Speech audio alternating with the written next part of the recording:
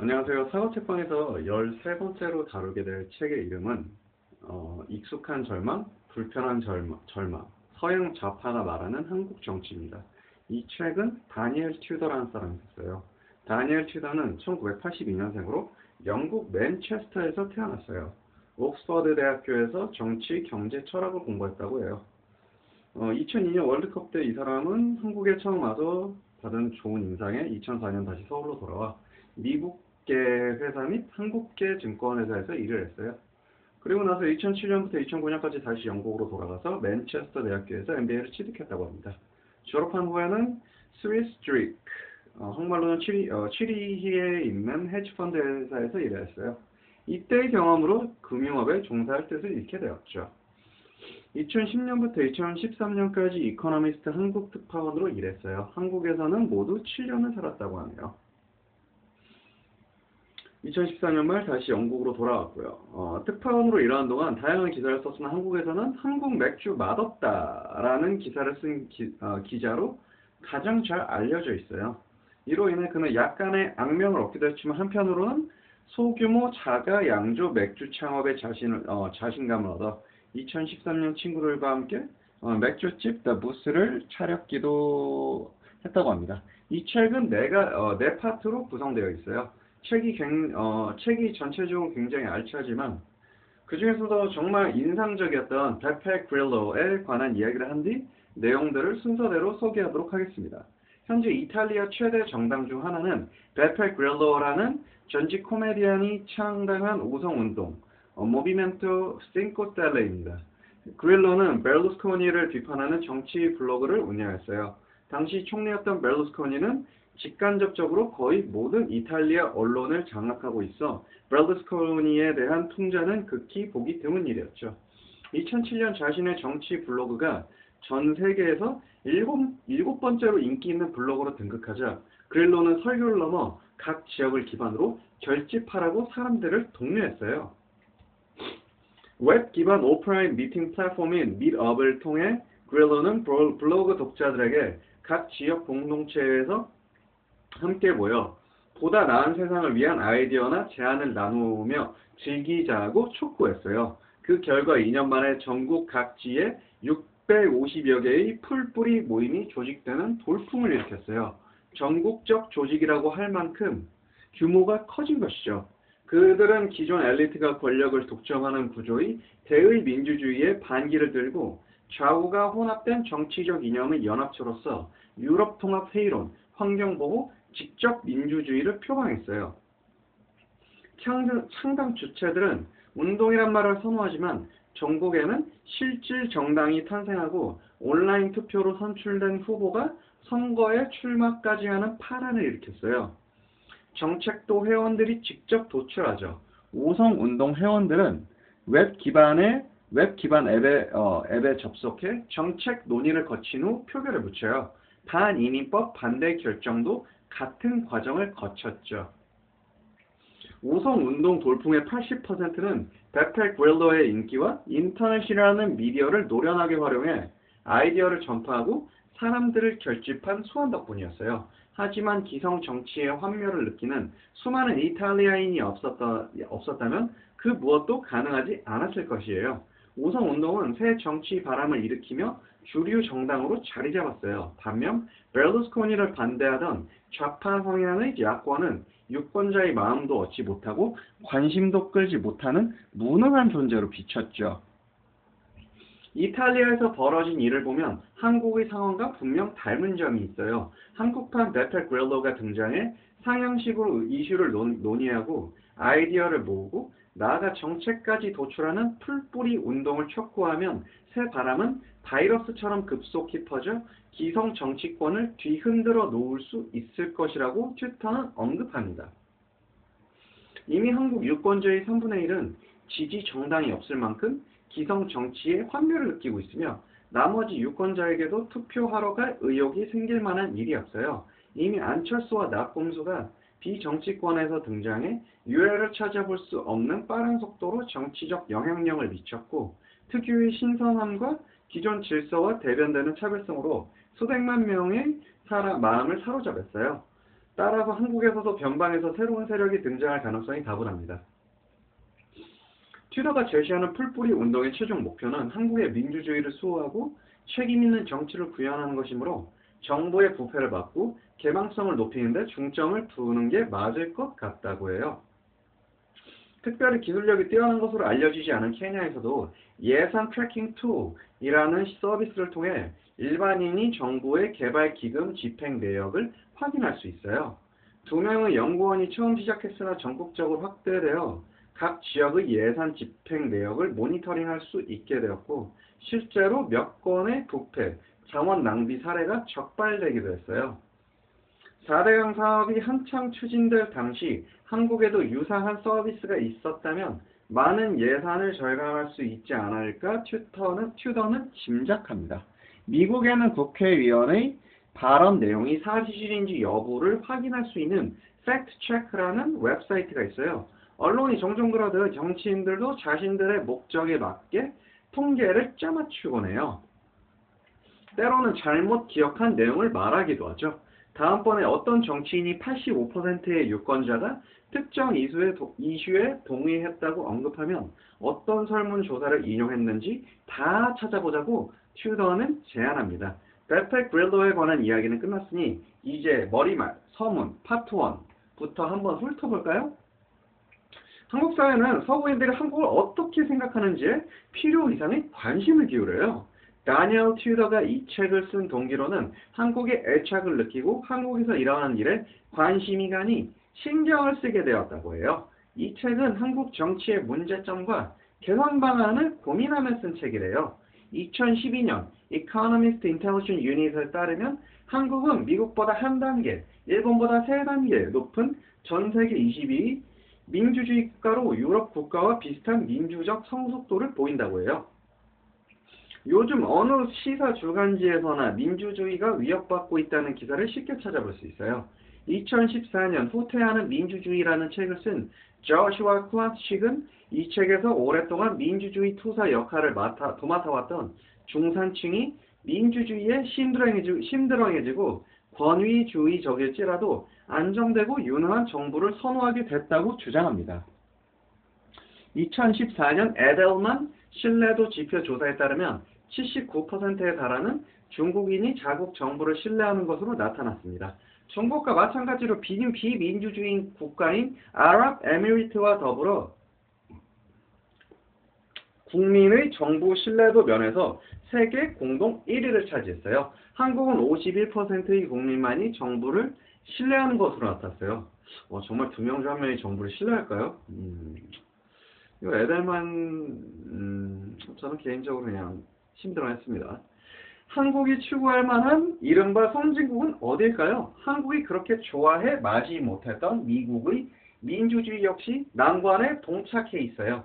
2013년 갤럽 조사에 따르면 미국인의 42%만이 정부의 국정 운영을 지지하는 것으로 나타나 역사상 최저치를 기록했어요. 최근 갤럽 조사에 따르면 미국인 중 80%가 의회에 불만인 것으로 나타나요. 또한 미국의 민주당이나 공화당 모두 러비스트의 영향권에서 자유롭지 못합니다. 미국의 러비 활동은 2000년에서 2010년까지 10년간 2배로 성장해 연간 30억 달러 규모에 달하는 산업이 되었어요. 미국에서 가장 문제가 많은 산업이 금융과 의료 분야예요. 기생충 같은 이 두 산업이 연간 약 5억 달러에 이르는 로비 규모가 가장 큰 것도 우연이 아니에요. 특수이익 집단은 의료 비용을 상승시키고 공익을 저해하며 미국 민주주의의 상처를 피고 대마불사은행에 결과적으로 매도할 권리인 풋 옵션을 제공하고 있어요. 투자자이자 싱크탱크 설립자인 니콜라스 베르구르에는 소비자 민주주의라는 표현을 써요. 소비자 민주주의란 정치인은 감세와 공공지출 확대 경쟁에 몰두하고 유권자는 그중에서 가장 후한 혜택을 약속하는 후보를 선택하는 시스템을 일컬어요. 달기만 할 뿐 영양가는 없으니 다이어트 콜라 민주주의라고 부를 수도 있겠다고 합니다. 유럽은 어떨까요? 2014년 4월 베른 대학의 카이 굿만, 클라우스 아밍원 교수가 발표한 연구를 보면 금융위기 이후부터 거의 모든 유럽 국가에서 민주주의에 대한 지지도가 떨어진 것을 확인할 수 있어요. 2007년부터 2011년 말까지 유러피언 유니언 전역에 걸쳐 자국의 민주주의에 대한 지지도가 48%에서 40%로 낮아졌어요. 민주주의의 본고장인 유럽에서 대다수의 사람들이 민주주의에 무신경해졌거나 자국의 민주주의 제도에 반대하고 있는 셈이에요. 물론 독일이나 북유럽 국가에서는 민주주의가 아직 잘 작동되며 존중받고 있어요. 상대적으로 축복받은 국가들로 다행히 이들 나라의 정치인과 유권자는 장기적 안목을 지니고 있어요. 예를 들어 노르웨이의 경우 석유 기금의 가치는 국민 1인당 16만 달러를 상회합니다. 미래 세대를 위해 계속 기금을 늘리고 있다는 점이 매우 놀라워요. 북해 유전 발견 이후 여기서 나온 모든 국부를 낮은 세금과 높은 지출 간의 간극을 메우는데 탕진해버린 영국의 상황과는 매우 다르다고 해요. 민주주의 제도 자체에 문제가 있는 것은 아니에요. 어떤 정치 문화가 뿌리내리고 있느냐가 문제죠. 결국 우리는 우리 수준에 걸맞는 정부를 갖게 되어 있어요. 우리가 장기적 안목을 가지고 사회를 생각하고 정치인의 빈말과 현실성 없는 공약에 비판적인 태도를 유지하고 우리를 둘러싼 세계에 관심을 기울인다면 민주주의는 잘 작동할 것이에요. 한국과 동아시아는 어떨까요? 국제적 맥락에서 볼 때 한국은 건전한 민주주의를 유지하기가 더 어려워질 것으로 튜다는 전망합니다. 동아시아에서 중국의 영향력은 더 커지고 미국의 영향력은 지금보다 약해질 것이라고 보기 때문이라고 해요. 일본에서는 엄격한 언론 규제 법안이 새롭게 도입되었고 일본 정치 지도자들에게 과거 제국주의는 남다른 자부심이 원천이 되고 있어요. 한국 안팎으로 반민주적 성향이 증대되고 있으며 현재로서는 이에 저항할 만한 힘이나 역량, 자질을 가진 어떤 인물도 어떤 조직도 보이지 않는다고 해요. 한국 민주주의가 충족하기 어려운 조건이 하나 더 있어요. 바로 효율적인 야당의 존재입니다. 현재로서는 집권당인 새누리당만이 체계적인 조직력을 갖추고 있어요. 전략적으로 선거운동을 펼치고 어떻게 해야 이길지 간파하고 있는 당은 새누리당뿐이라고 해요. 나머지 정당들은 뜻은 좋을 수 있지만 어떻게 해야 야당 역할을 제대로 할 수 있는지, 선거에서 어떻게 경쟁해야 하는지, 어떻게 정부의 책임을 추궁해야 하는지 제대로 모르는 것처럼 보여요. 그런 상황에서 선의는 무용지물에 불과하죠. 그래서 튜더는 소위 야권 세력을 건설적으로 비판하고 어떻게 하면 문제를 개선할 수 있을지 제안하는데 이 책의 많은 부분을 할애했어요. 한국 정치인들의 말이나 주장을 들어보면 대중의 수준을 한참 낮게 보고 있다는 것을 알 수 있어요. 선거철만 다가오면 제대로 된 논의나 정책 대신 유치한 인기몰이 쇼가 등장하죠. 2012년 대선 때 박근혜 후보의 공약은 내 꿈이 이루어지는 나라였어요. 정말 박근혜 대통령의 꿈인 아싸 대통령 되는 꿈은 이루어졌죠. 아이고 참 내 꿈은 언제 이루어질까? 2015년 현재 우리의 꿈이 이루어졌나요? 동시에 내 꿈이 이루어지는 나라라는 슬로건이 구체적으로 어떤 거짓말을 했다고 할 수 있나요? 음습니다. 한국의 경우 매우 높은 평균 근로시간 때문에 시민들의 정치 참여가 쉽지 않아요. 강남에 산다는 박원순의 집이나 나경원이 다녔다고 상대 후보들이 주장한 피부과 등을 후보들이 내세우는 정책보다 더 중요하게 다루는 언론 환경도 문제예요. 그러나 궁극적으로는 민주시민이 나서서 이제 그만! 이라고 선언하고 후보들이 실제로 무엇을 하고 있는지에 대해 더 많은 관심을 쏟아야 한다고 해요. 인신공격과 네거티브로 얼룩진 선거도 참 문제지요. 2007년 러커스, 이거는 뉴저지 주립대학교일 거예요. 러커스 대학의 연구원인 리처드 라우는 정치 전략으로 사용되는 인신공격에 관한 연구 결과 네거티브 선거 전략은 선거에서 이기는데 도움이 되지 않으며 통계적으로 유의미할 정도로 정치 문화 전반과 대정부 신뢰에 압도적으로 부정적인 영향을 미치는 것으로 나타납니다.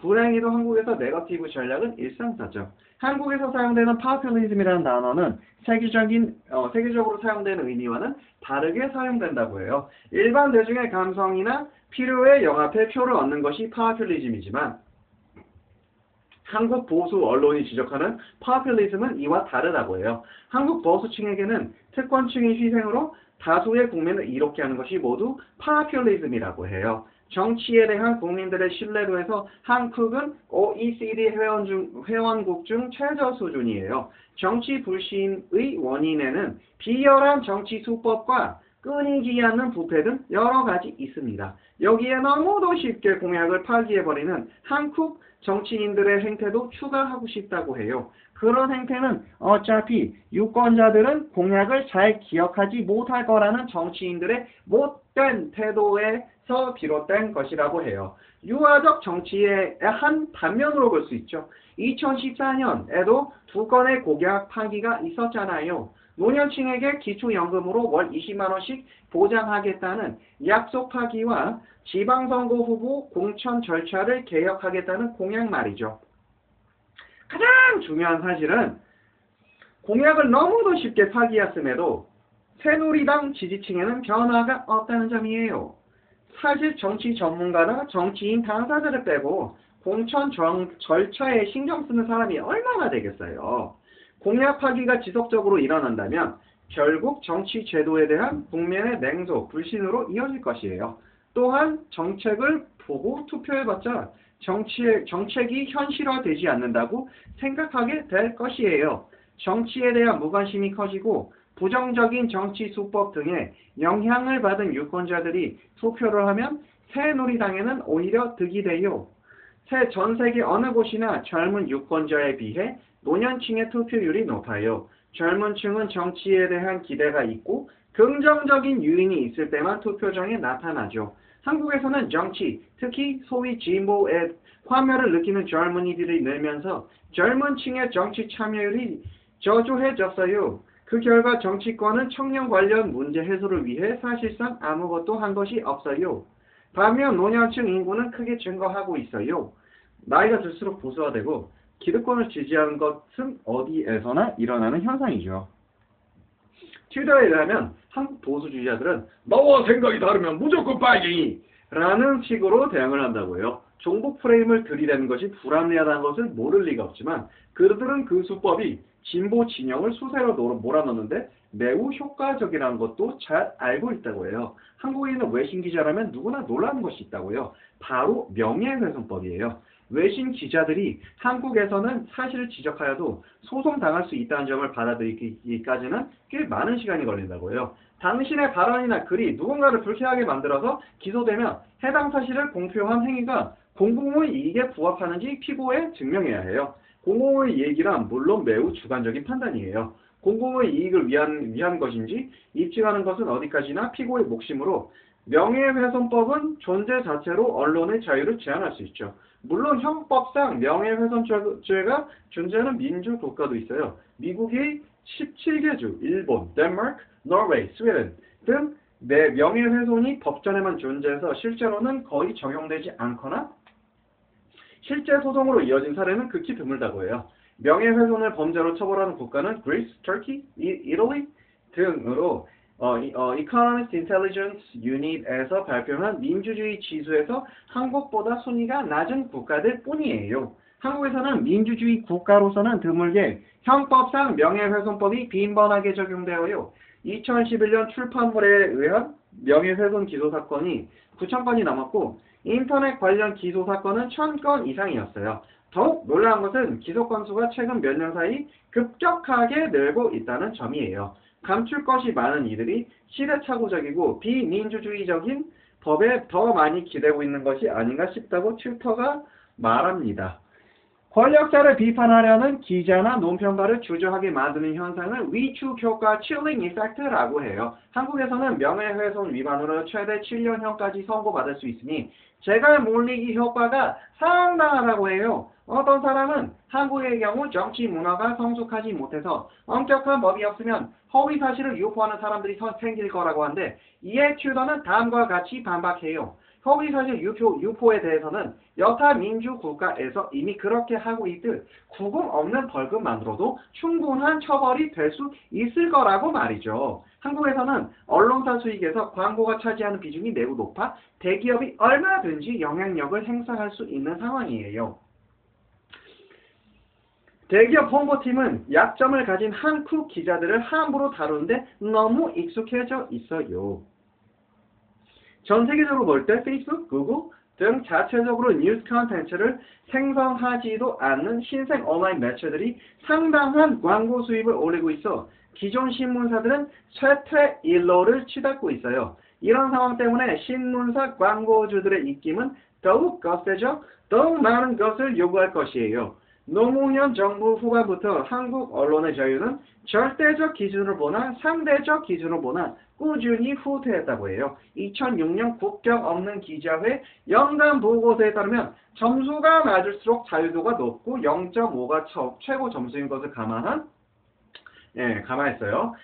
그러한 한국 언론의 자유는 7.75점으로 세계 31위를 기록했어요.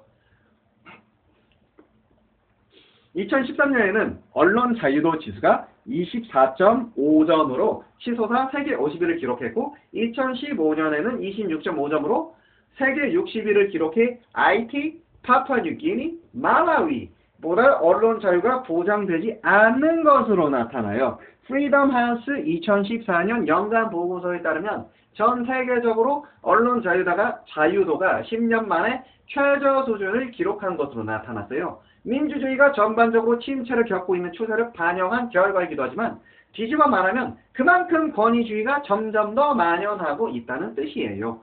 국경 없는 기자회 2014년 보고서에 따르면 미국의 언론 자유도 순위는 전년 대비 무려 14단계나 하락해 세계 46위로 떨어져 언론의 자유가 크게 훼손되고 있는 것으로 나타났어요. 신권위주의는 드러내놓고 탄압하기보다는 교묘하게 개입해요. 중국 정부가 수천 명의 댓글 알바를 고용해 일반인인 척하면 친정부 성향 댓글을 달게 한 것도 이 때문입니다. 한국에서도 대선을 앞두고 국정원 직원들은 트위터에 박근혜를 옹호하는 글과 문재인을 폄훼하는 글을 무더기로 올리기도 했죠. 상당히 권위적인 국가에서도 정부 비판 언론은 존재해요. 어떤 측면에서 보면 비판 언론은 정부에 도움이 되기 때문이에요. 정부 비판 언론이 존재한다는 것 자체만으로 민주주의가 보장되는 착시를 일으켜요. 동시에 정부 비판 세력이 극단적인 그룹이나 비주류로 인식되게 하는 데 도움이 되어요. 사실 정부 비판 언론이 정부의 위협이 되는 때는 그들이 합리적 중도 노선을 지향하는 시점이라고 해요. 한겨레 신문은 권력을 견제하는 정부 비판 언론의 역할에 충실해요. 하지만 인기가 한국 ABC 협회에 따르면 2012년 기준 한국 한겨레 신문의 1일 발행 부수는 27만 부에도 못 미치는 반면 조선, 중앙, 동아일보는 각각 177, 129, 106만 부에 달했다고 해요. 심지어 한겨레 신문은 농민신문 발행 부수에도 미치지 못합니다. 2012년 대선 때 문재인 후보의 득표율이 48%에 달한 걸 보면 더 많은 사람들이 한겨레 신문 등 정부 비판 성향의 신문을 읽을 법한데 의아하죠. 한겨레 신문은 주야장천 정부 비판 일색이에요. 한겨레 신문을 보는 것 자체가 좌파의 상징이기도 하고요. 튜더의 주관적인 생각이지만 좀 더 균형 감각이 있고 잘한 게 있을 때에는 때때로 정부를 칭찬할 줄도 아는 진보 성향 신문이 더 많은 독자에게 어필하겠다는 느낌을 받았다고 해요. 또한 건강, 생활, 음식 같은 주제처럼 비정치적인 소프트한 내용도 보강을 해야겠죠. 지적이면서도 쉽게 다가갈 수 있는 미디어를 지향해야 할 거예요. 새정치연합은 당의 역사나 배경상 보다 민주적이고 개방적이에요. 남북 관계에 있어서도 햇볕 정책에 따른 대북 화해, 협력을 추구해요. 그러나 집권 여당이 되었던 때를 보면 대북 정책을 제외하고는 새정치연합도 새누리당과 별반 다를 바가 없어요. 노무현 대통령 당시만 해도 대기업 정책이나 전반적인 경제 정책은 과거의 연장선상에 있었죠. 정규직과 비정규직 간의 격차는 더 벌어지고 한미 FTA는 한층 적극적으로 추진되었으며 갖가지 경제 범죄를 저지른 대기업 총수들도 줄줄이 사면되었어요. 모두 민주당이 야당일 때 반대했던 사람들이죠. 한국에서는 대기업 우선주의 때문에 진정한 의미의 자유시장이 존재한 적이 없어요. 더욱 안타까운 것은 앞으로도 그것이 영영 불가능할지 모른다는 점이에요. 대기업이 사실상 모든 것을 장악하고 있기 때문이죠. 새로운 사업 기회가 생겨도 금세 대기업 차지가 되며 대기업의 독주에 방해되는 존재들은 금세 박살나고 말아요. 전경련이 내세우는 자유시장은 미국 신자유주의자들이 열렬히 신봉하는 자유시장이 달라요. 미국 전 공화당 하원 의원 런 펄과 같은 신자유주의 신봉자들은 시종 1번 정부 개입을 최소화하려고 했어요. 반면 한국의 사이비 자유시장주의자들은 정부가 허가해주는 독과점 혜택을 노려왔고 막대한 규모의 정부 계약을 따내고 정부의 혈세로 제공되는 전기 사용료 등의 보조금을 받으면서도 사회에 기여하라는 요구에는 미 사회주의 운운하면서 불평을 늘어놓는다고 해요. 나 먼저라는 믿음 외에는 별다른 철학이 없다고 해요. 한국 역사상 어느 정부도 대기업 밀어주기 원칙에 단계를 든 적이 없어요. 진정한 의미의 신자유주의도 진보도 없었다고 해요. 박정희 시절부터 이어져온 대기업 밀어주기만 존재할 뿐이라고 해요. 튜더에 따르면 다른 나라의 보수당과 비교했을 때 새누리당의 사고방식이나 전통에 대한 태도 등에서 도덕적으로 보수적인 관점을 찾아볼 수가 없다고 해요. 사실상 GDP 성장 외에는 아무런 기본 철학이 없는 정당이라고요. 한국에서 새누리당은 일단 기본으로 설정된 전제 조건을 인정해야 해요. 무슨 일이 일어나든 수백만의 노년층은 무조건 새누리당을 찍을 거예요. 반면 청년들을 투표장으로 이끌기 위해서는 긍정적 유인이 필요하겠죠. 자, 여기까지 파트 1이 끝났습니다. 파트 2의 제목은 우리는 시민인가? 예요. 한국 사회에서는 유명 대학 교수들이 정치, 경제, 사회, 전 분야에 걸쳐 발언하며 유명 인사가 될 수 있어요. 책을 출간하고 기자들의 전화를 받을 준비가 된 교수라면 얼마든지 특정 분야의 권위자로 인정받을 수 있어요. 물론 이와 같은 현상은 한국에 널리 퍼진 교육열을 반영해요. 한국에서는 하버드 대학교 박사면 똑똑할 뿐 아니라 오류가 없고 도덕적으로도 우월하다는 인식이 자연스럽게 따라와요. 선거 유세 중에 정치인들은 뻔뻔할 정도로 학벌을 팔아대요. 서울대 법대, 하버드 경제학과 등이 찍힌 명함을 뿌리죠. 학벌을 파는 것이 효과가 없다면 그렇게 할 리가 없습니다. 문제의 근원은 후보의 학벌로 그 사람의 윤리 수준이나 후보가 내세우는 정책을 간단히 판단해버리는 유권자에게 있어요. 한국에서는 토크 콘서트가 왜 그리 인기가 많을까요? 왜 그렇게 많은 사람들이 정치 비평이나 논객의 강연을 들으며 저녁 시간을 보낼까요? 튜더가 보기에 토크 콘서트는 한국 정치와 마찬가지로 연사에 대한 경외감을 기반으로 하는 하향식 의견 전달 구조에 가깝다고 해요.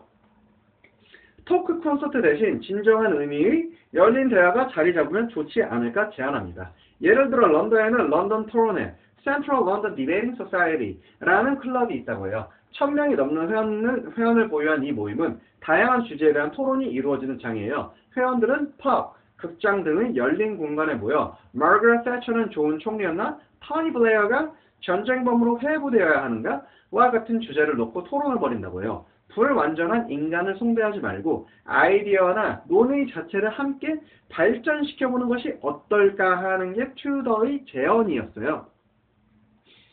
한국 유권자들은 일시적 열풍이나 여론에 쉽게 휩쓸리고 특정 사안에 격분했다가도 언제 그랬냐는 듯 금방 잊어버려요. 대표적인 예로는 2008년 미국산 쇠고기 파동이 있을 수 있어요. 하지만 지금은 어떤가요? 미국산 쇠고기 수입량이 몇 배 증가했고 이게 30개월이 지났는지 안 지났는지에 대한 문제 의식 제기를 하는 건 광우병 파동 이후 들어본 적이 없는 것 같아요. 모든 것이 급변하는 한국 사회는 역동적이지만 이러한 냄비 현상이 정치 문화에는 분명히 악영향을 끼쳐요. 이 때문에 짧지만 인상적인 발언이나 경제 민주화 같은 텅 빈 구호로도 정치가 가능하고 부패도 판을 쳐요. 물론 한국 유권자만 유독 변덕이 심하다는 말은 아니에요. 어쨌거나 유권자의 변덕은 건전한 민주주의에 방해가 된다고 해요. 눈앞의 선택에서 냉정한 이성과 장기적인 안목으로 결정을 내리는 것이 유권자의 책무라고 하네요. 한국은 저신뢰 사회예요. 가까운 친구와 혈육은 무한 신뢰를 하는 반면 낯선 사람 또는 사회 전반이나 제도에 대해서는 불신하는 편이에요. 사회 고위층의 부패, 이기적인 행태를 보면 아무것도 믿을 수가 없죠. 음모론은 힘없는 자들의 마지막 피난처일 수도 있으나 힘없는 자들을 계속 힘없게 만들기도 해요. 물론 세월호 참사에 대한 정부의 대응에 크게 실망할 만해요. 쇠고기와 같은 먹을거리의 안전성 문제도 결코 가벼운 사안이 아니에요. 가능성은 있지만 개연성이 적은 음모론을 맹목적으로 믿는 대신 분노할 거라면 합당한 근거를 기반으로 하자고 튜더는 제안합니다. 영국에는 정치인과의 면대면 간담회 문화가 있다고 해요. 유권자의 민원이나 고충을 듣는 일명 서저리 제도예요. 영국 국회의원 대부분은 정기적으로 서저리 자리를 마련한다고 해요. 국회의원은 바쁘더라도 서저리 요청을 받으면 몇 줄 내로 10분에서 15분가량 시간을 내도록 되어 있다고 하네요. 유권자는 정치인과 직접 만나 간담회를 갖는 것만으로도 큰 심리적 만족감을 느껴요. 한국 국회의원 입장에서는 일도 늘고 스트레스도 느는데 먼저 간담회를 제안할 일이 없어요. 따라서 국회의원들이 더욱 열린 자세로 공익 달성을 위해 나서기를 마냥 기다리는 대신 유권자 스스로 나서서 적극적으로 요구해보는 것은 어떨까 튜더는 제안하네요. 물론 혼자서는 큰 변화를 이끌지 못할 수 있으니 트위터나 페이스북에서 1000명쯤 모여 캠페인을 벌이면 간담회 자리가 마련될 공산이 높아질 거라고 해요. 직관에 어긋나는 것처럼 보이겠지만 권위주의 국가보다 민주주의 국가에서 정치 불신이 더 깊어요. 생각해보면 중국 같은 나라의 언론은 정치인 비판 보도 자체를 별로 하지 않는 반면 영국이나 한국 언론은 부패하고 비열한 정치인의 행태를 여먹저먹 보도하는데 여념이었어요. 잘하는 정치인을 보도한 일은 거의 없죠. 칭찬을 받아야 마땅한 정치인을 격려하는 것도 언론이 할 일이에요. 현재로서는 절반의 역할에만 충실할 뿐이죠. 결론은 정치인을 모두 싸잡아 단일 집단으로 간주하고 성급하게 판단할 것이 아니라 개별 인간으로 따로 평가해야 한다는 것이에요. 또한 언론은 일반적으로 정치인이 잘못하는 점을 보도하는데 열중하는 경향이 있음을 기억해야 해요. 한국 정치는 썩을 대로 썩었고 유치하며 이기심으로 가득해요. 하지만 이는 나쁜 정치인의 문제라기보다는 정치 제도 자체의 문제예요. 정치인도 결국 사람이며 그들도 잘할 때는 칭찬받고 존경받아야 함을 잊어서는 안 돼요. 세상사가 모두 그러하듯 최악의 모습을 보려고 하면 실제로 최악을 이끌어내게 되었어요. 파트 2가 끝났습니다. 파트 3의 제목은 정당 정치 다시 쓰기입니다. 새 정치연합은 잘 작동하지도 합리적이지도 않으며 중도 좌파 정당도 아니에요.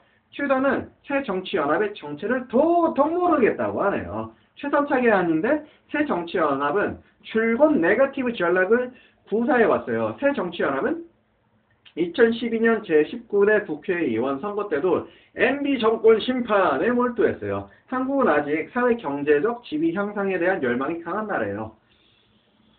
많은 사람이 부자에 대한 불만을 늘어놓으며 주사위는 이미 재벌에 유리하게 던져졌다고 생각하지만 그렇게 말하는 사람도 남들보다 앞서고 싶어해요. 솔직히 그들도 자기 아이들이 명문대에 가길 바라고 좋은 것을 사고 싶어해요.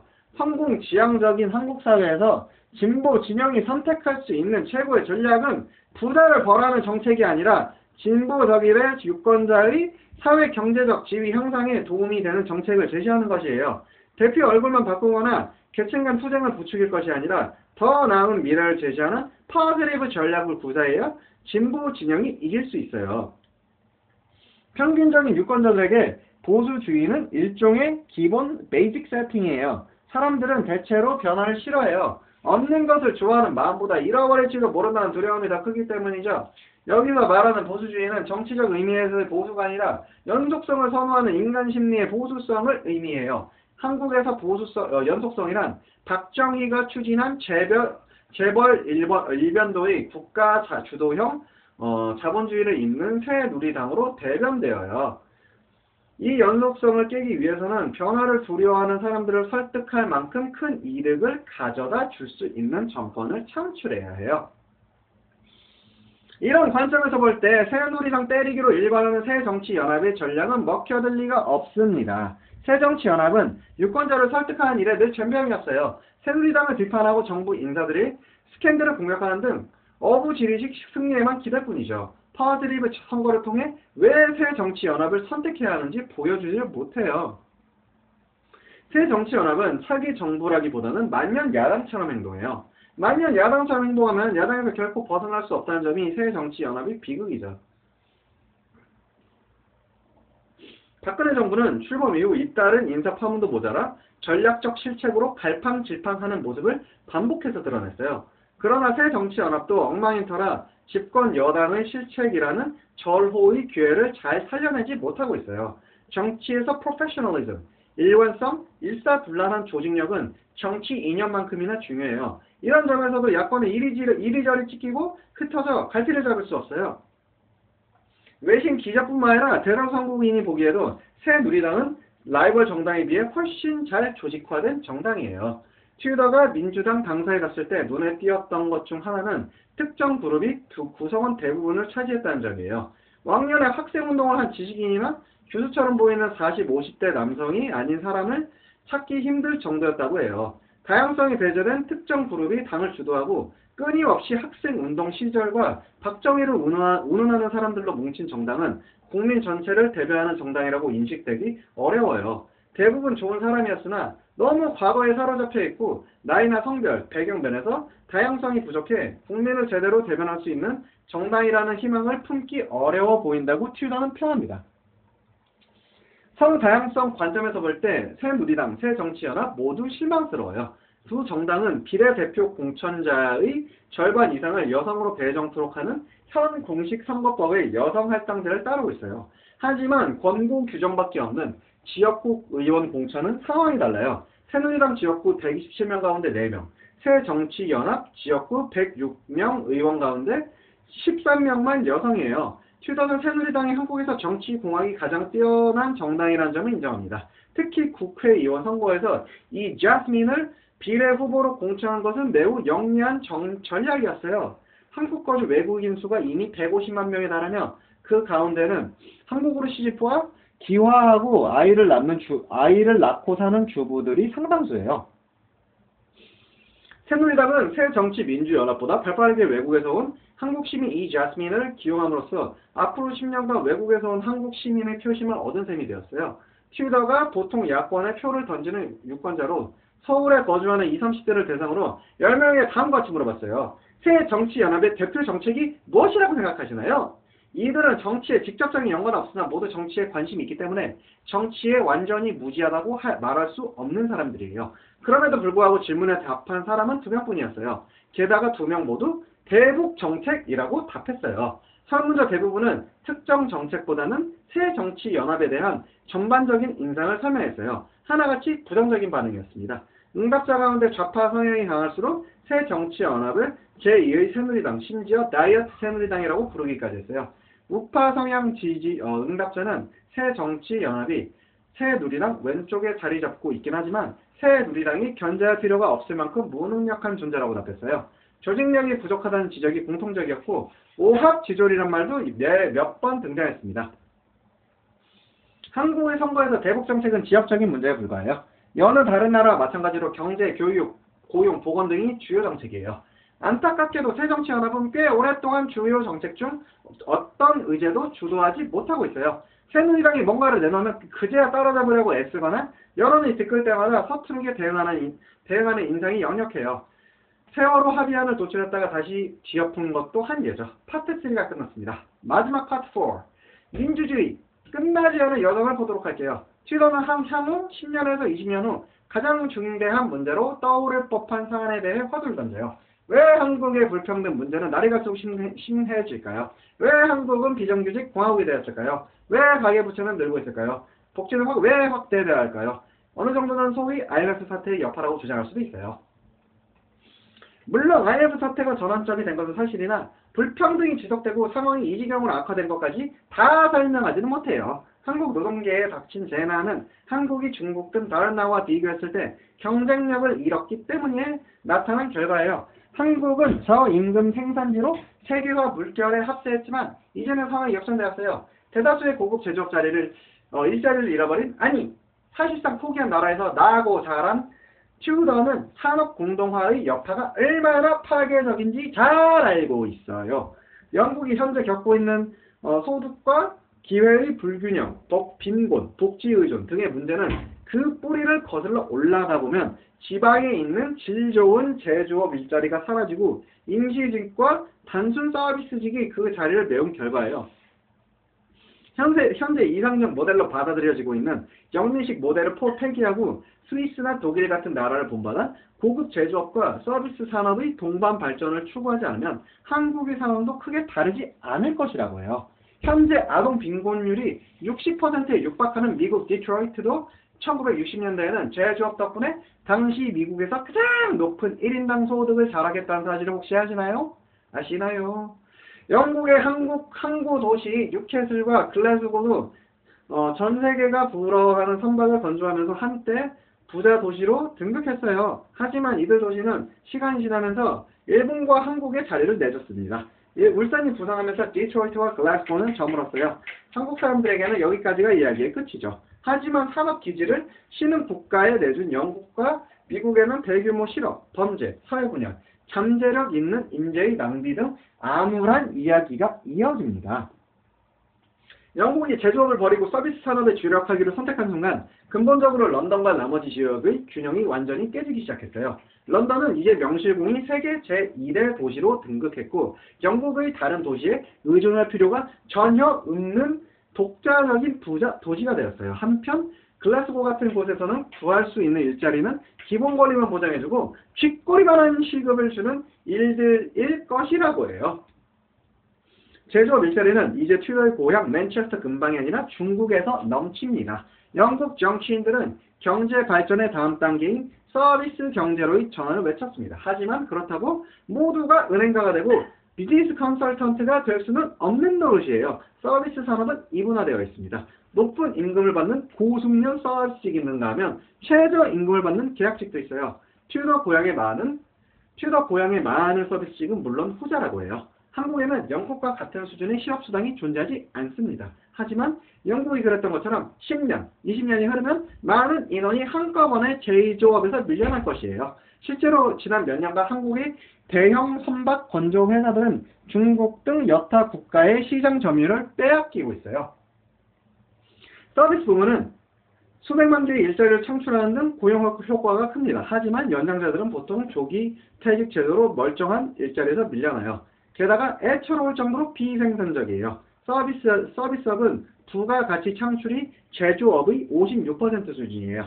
서비스 산업의 필요성에 대한 인식 부족도 문제입니다. 한국에서 서비스란 보험과 같이 반드시 필요한 것이 아니고서는 돈을 지불할 가치가 없는 실물의 덤으로 딸려오는 것쯤으로 인식되는 경향이 있어요.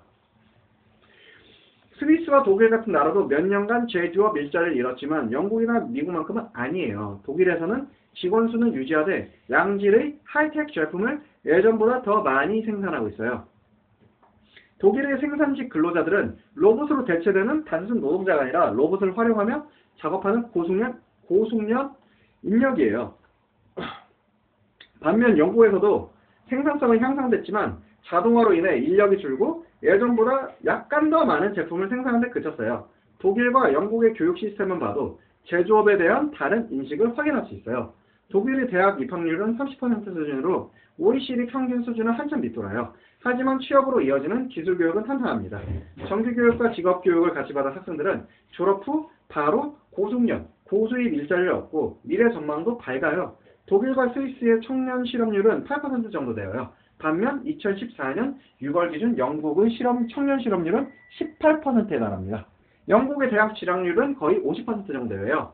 대학에 간 사람들은 대부분 고소득 화이트 컬러 일자리를 꿈꾸고 졸업하지만 컨설팅, 뱅크, 러펌, 보험회사 등 고부가가치 일자리가 충분하지 않다는 사실을 깨닫기까지 그리 오랜 시간이 걸리지 않습니다.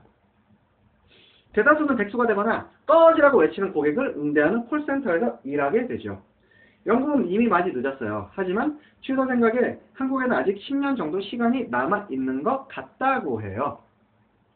미국, 영국식 모델에서 스위스, 독일식 모델로 선회하려면 문화, 교육, 경제, 방면에서 상당한 변화를 이뤄내야 한다고 해요. 튜더가 제시하는 시작점은 우선 모두 대학에 갈 필요는 없다는 인식이 조성되어야 한다고 해요. 한국은 높은 교육열로 유명하지만 대학이 언제나 필수였던 것은 아니에요. 대학 교수를 크게 늘린 김영삼 전 대통령을 탓할 수도 있죠. 누구나 대학을 가야 한다는 인식이 뿌리내린 계기가 됐기 때문이죠. 실제로 1990년 당시 33%에 불과했던 대학 진학률은 15년 후에는 82%까지 치솟았어요. 이제 한국에서 대학 졸업장이 없으면 창피한 일이 되었어요. 한때 한국에서는 스위스에서처럼 실업학교를 나와 생산직 일자리를 얻는 것이 이상할 것이 없었어요. 고용 안정과 상당한 수입을 보장해줄 뿐 아니라 어느 정도의 사회적 위신까지 세워줄 수 있을 때 생산직 일자리 기피 현상이 완화될 수 있어요. 기술적 역량과 브랜딩에서 한국 산업이 스위스와 독일의 도전장을 내고 다음 단계로 도약해야만 가능하다고요. 튜더는 한국 정부가 다시 과거의 전략인 정부 주도의 산업 정책을 검토해야 한다고 주장해요. 대부분 다른 나라에서는 좌파 쪽에서 정부 주도의 산업 정책을 추진하는 데 반해 한국에서는 다름 아닌 박정희가 정부 주도 산업 정책의 최대 옹호자였다는 점이 흥미로워요. 늘 그렇듯 한국에서의 좌우 개념은 예외적이에요. 튜더는 정부 지원금을 대기업이 아닌 한국식 미터슈탄트, 양성에 집중되어야 한다고 해요. 미터슈탄트는 독일의 중소기업을 뜻하는 말이에요. 공학 박사들의 두뇌 유출을 그냥 보고만 있을 것이 아니라 투자금을 지급해 이들의 창업을 지원하고 한국의 두뇌를 10분 활용해 원천 기술 부문을 강화할 수 있는 인센티브를 제공하는 것도 제안하는군요. 한국이 중소기업을 지원하는 방식은 지나치게 무차별적이며 중소기업의 경쟁 우위를 높이기 위한 핵심 전략도 없는 실정이에요. 잘하는 중소기업을 선별하는 과정 없이 모든 좀비들이 생존할 수 있도록 돈을 건네주는 것에 불과하다고 해요. 기술력을 향상시키고 기존 인력을 재교육하도록 기업을 유인하려면 당근과 채찍을 적절히 활용해야 한다고 해요. 이외에도 제조업 및 벤처 육성을 위한 제언을 더 해줬으나 시간 관계상 다음 안건인 복지로 넘어갈게요. 새누리당은 복지 예산을 늘리고는 있으나 한 걸음 더 나아가지 못하는 이유가 있어요. 그것은 다름 아니라 좌파, 우파 모두 똑같이 복지를 공짜로 주는 시혜로 제시하기 때문이에요. 복지를 시혜로 제시하는 것은 우파에게 딱 맞는 프레임이지만 좌파는 잘못된 복지 프레임으로 또 한 번 재발등을 찍고 선거에서도 패한다고 해요. 현 정부가 복지 예산을 9%까지 확대했지만 한국은 아직도 OECD 회원국 중 유일하게 전체 GDP 복지 지출이 10% 미만인 두 나라 중 하나예요. 한국이 구미에 맞는 부분만 취사 선택해서 담고 싶어하는 나라. 미국의 복지 지출은 19% 수준이에요. 그리스는 이보다 높은 24%로 영국과 비슷한 수준이고 프랑스의 복지 지출은 33%에 달해 솔직히 지나치게 과한되는 편이에요. 복지는 나태를 부추기는 제도로 제시될 수도 있지만 부유하나 불평등한 사회가 실천해야 할 좋은 일로 제시될 수도 있어요. 또한 수혜자 관점에서는 모든 사람에게 동등하게 주어지는 기회로 복지를 제공하는 정부 입장에서는 투자로 제시될 수 있어요. 튜더 또한 영국 복지제도의 상당한 수혜자라고 하네요. 복지제도를 찬성하는 가장 유명한 인물은 아마도 해리포터 시리즈를 쓴 조앤 롤링일 것이에요. 그녀는 1990년대 초반 싱글 마음으로 어렵게 살 때 자신의 삶을 버티게 해준 정부 수당에 감사하게 생각해요. 안타깝게도 한국에서는 복지를 확대하는 사람들조차 그릇된 방식으로 복지를 제시하는 실수를 저질러요. 2012년 대선 앞둔 상황에서 민주당이 내세운 메시지는 이랬어요. 가난하고 딱한 국민이요. 국민의 최상위 1%만 부자가 되고 나머지는 빈곤해진 이명박 정권 아래 끔찍한 시간을 보낸 여러분. 여러분의 시름을 덜어주기 위해 복지를 확대하겠습니다 하고 말이죠. 마치 사탕을 잃어버린 어린아이를 어루는 듯한 수사였어요. 복지에 대한 궁극적 메시지는 복지는 정부가 여러분에게 투자하는 것이요. 투자를 통해 여러분이 꿈을 이룰 수 있도록 지원하겠습니다. 나중에 세금을 많이 낼 수 있을 만큼 성공해서 돌려주세요. 라고 전달되어야 한다고 해요. 지위 상승에 대한 열망이 강한 한국에서 특히 효과적인 방법이죠. 사회에서는 태물치급을 받지만 사실 노년층은 여러 가지 일을 가뿐히 해낼 수 있는 능력 있고 경험 많은 인재군이에요. 은퇴 이후에도 몇십 년은 더 일할 수 있는 경륜을 갖춘 인재를 활용할 수 있는 정책이 나오는 것을 제시하는군요. 노년층은 다른 연령대보다 저축이 아닌 지출에 돈을 쓸 가능성이 크고요. 튜더의 제안은 다분히 제3의 길 방식이에요. 한국 실정에 맞는 재분배 프레임은 국민이 잠재력을 발휘할 수 있도록 투자하는 방식으로 제시되어야 해요. 이 프레임을 잘 활용하면 정치적으로도 위력을 발휘할 수 있을 것이라고요. 새누리당이 아닌 당이 집권에 성공하고 지금껏 어느 누구도 해내지 못한 방식으로 노년층의 존엄성을 분야한다면 어떤 일이 일어날까요? 한국 선거에서 세대 문제는 해결할 수 없는 고질적인 이슈로 간주되지만 해답이 없는 것이 아니라 해답을 찾은 사람이 없었던 것은 아닐까? 튜더는 물음을 퀘션마크로 툭 던집니다. 튜더는 직장 내 여성의 지위 문제에 관해서는 개선되어야 할 점이 많다고 해요. 한국 사회에서 여성의 지위가 111위로 아랍에미리트 109위나 바레인 112위 수준과 비슷한 것도 발표된 2013년 세계경제포럼이 세계 성격차 보고서 내용을 전적으로 수긍하기는 어렵지만 여성이 심각하게 차별받고 있는 현실은 부인할 수가 없습니다. 여성 인력 낭비 문제는 반드시 짚고 넘어가야 해요. 현재 한국 기업의 관행이나 사회 전반적 분위기는 여성의 근로 의욕을 꺾고 있어요. 또 하나 인상적인 부분은 코리아 디스카운트의 원인이 무엇인지 규명한 것이었어요. 언론에서 얘기한 것처럼 북한과는 관련이 없다고 해요. 만약 한화, SK, 현대모터스 자동차 등의 투자를 고려하고 있다고 하면 이런 생각을 할 것이라고 해요. 다른 조건이 같다면 이 기업의 가치는 땡땡 정도 될 테지만 회장은 주주의 돈을 사적 용도로 배임하고 망해가는 계열사를 지원하는 데 또 쓰고 가치가 뻥 튀기는 삼성동 땅을 사거나 아들에게 고용 승계할 가능성이 높단 말이지. 그렇다면 당연히 이 기업의 평가 가치를 낮출 수밖에 라고요. 코리아 디스카운트에 대해 외국 투자자들에게 물어보니 그들도 거의 비슷한 반응을 보였다고 해요. 책을 마무리하기 전에 튜더는 유권자 확보에 불리하지 않을 10가지 정책 아이디어를 공유해요. 빈익에서 목표치 달성, 토지 용도 구획법, 집단소송제 확대 적용, 시내 주행 속도 제한, 공영, 공항과 철도 문제, 아이들에게 운동장과 쉬는 시간을 보장할 것, 칼퇴근 기업의 법인세 경감,